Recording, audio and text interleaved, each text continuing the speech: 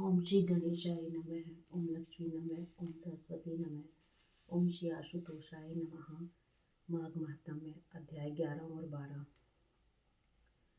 यमदूत कहने लगा कि हे वेश्या, मनुष्य को सदैव शालिग्राम की शिला में तथा व्रज या कीट चक्र में भगवान वसुदेव का पूजन करना चाहिए एवं सब पापों का नाश करने वाले और पुण्य को देने वाले तथा मुक्ति प्रदान करने वाले भगवान विष्णु का इसमें निवास होता है। जो मनुष्य शालिग्राम की शिला या हरि चक्र में पूजन करता है वह अनेक मंत्रों का फल प्राप्त कर लेता है। जो फल देवताओं को निर्गुण ब्रह्म की उपासना में मिलता है वही फल मनुष्य को भगवान शालिग्राम के पूजन से प्राप्त होता है। हे वेश्या, अत्यंत पापी दुराचारी अनाधिकारी भी शालिग्राम का पूजन करने से यमलोक को नहीं देखता। भगवान को लक्ष्मी जी के पास अथवा वैकुंठ में इतना आनंद नहीं आता जितना शालिग्राम की शिला या चक्र में निवास करने में आता है। स्वर्ण कमल युक्त करोड़ों शिवलिंग के पूजन से इतना फल नहीं मिलता जितना एक दिन शालिग्राम के पूजन से मिलता है। भक्ति पूर्वक शालिग्राम का पूजन करने से विष्णु लोक में वास करके मनुष्य चक्रवर्ती होता है। काम क्रोध लोभ मोह अहंकार से युक्त होकर भी मनुष्य शालिग्राम का पूजन करने से वैकुंठ में प्रवेश करता है। जो सदैव शालिग्राम का पूजन करते हैं वह प्रलय काल तक स्वर्ग में वास करते हैं। जो दीक्षा नियम और मंत्रों में से चक्र में बलि देता है वह निश्चय करके विष्णु लोक को प्राप्त होता है। जो शालिग्राम के जल से अपने शरीर को अभिषेक करता है वह मानो संपूर्ण तीर्थों में स्नान करता है। गंगा रेवा गोदावरी सबका जल शालिग्राम में वास करता है। जो मनुष्य शालिग्राम की शिला के सन्मुख अपने पितरों का श्राद्ध करता है उसके पितर कई कल्प तक स्वर्ग में वास करते हैं। जो लोग नित्य शालिग्राम की शिला का जल पीते हैं उनको हजारों हजारों बार पंचगव्य पीने से क्या प्रयोजन। यदि शालिग्राम की शिला का जल दिया जाए तो शास्त्रों तीर्थ करने से क्या लाभ।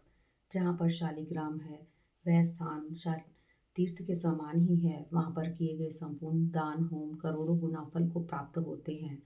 जो एक बूंद भी शालिग्राम का जल पीता है वह माता के स्तनों का दुग्ध पान नहीं करता अर्थात गर्भाशय में नहीं आता। शालिग्राम शिला में जो कीड़े मकोड़े एक कोस के अनंतर में मरते हैं वह भी वैकुंठ को प्राप्त होते हैं। जो फल वन में तप करने से प्राप्त होता है वही फल भगवान को सदैव स्मरण करने से प्राप्त होता है। मोहवश अनेक प्रकार के घोर पाप करने वाला मनुष्य भी भगवान को प्रणाम करने से नरक में नहीं जाता।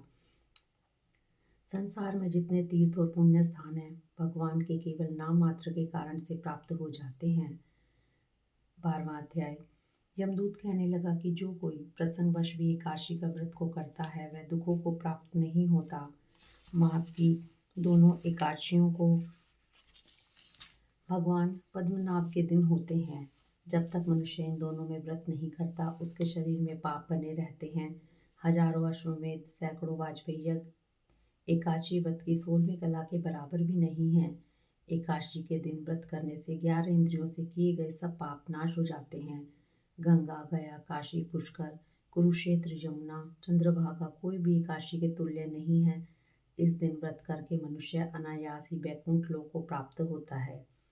एकादशी को व्रत और रात्रि को जागरण करने से माता पिता और स्त्री के कुल भी 10-10 पीढ़ियां उद्धार पाती हैं और वह पीताम्बरधारी होकर भगवान के निकट रहते हैं।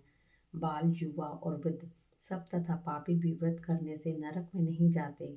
यमदूत कहता है कि हे वेश्या, मैं सूक्ष्म में तुमसे नरक से बचने का धर्म कहता हूँ। मन कर्म और वचन से प्राणी मात्र का द्रोह न करना, इंद्रियों को वश में रखना, दान देना, भगवान की सेवा करना, नियम पूर्वक वर्णाश्रम धर्म का पालन करना, इन कर्मों के करने से मनुष्य नरक से बचा रहता है। स्वर्ग प्राप्त करने की इच्छा से मनुष्य गरीब भी हो तो जूता छतरी अन्न धन जल कुछ न कुछ दान देता रहे। दान देने वाला मनुष्य कभी यम की यातना को नहीं देखता तथा दीर्घायु और धनी होता है। बहुत कहने से ही क्या, अधर्म से ही मनुष्य बुरी गति को प्राप्त होता है। मनुष्य सदैव धर्म के कार्यों से ही स्वर्ग प्राप्त कर सकता है, इसलिए बाल्यावस्था से ही धर्म के कार्यों का अभ्यास करना चाहिए। हरि ओम तत्सत।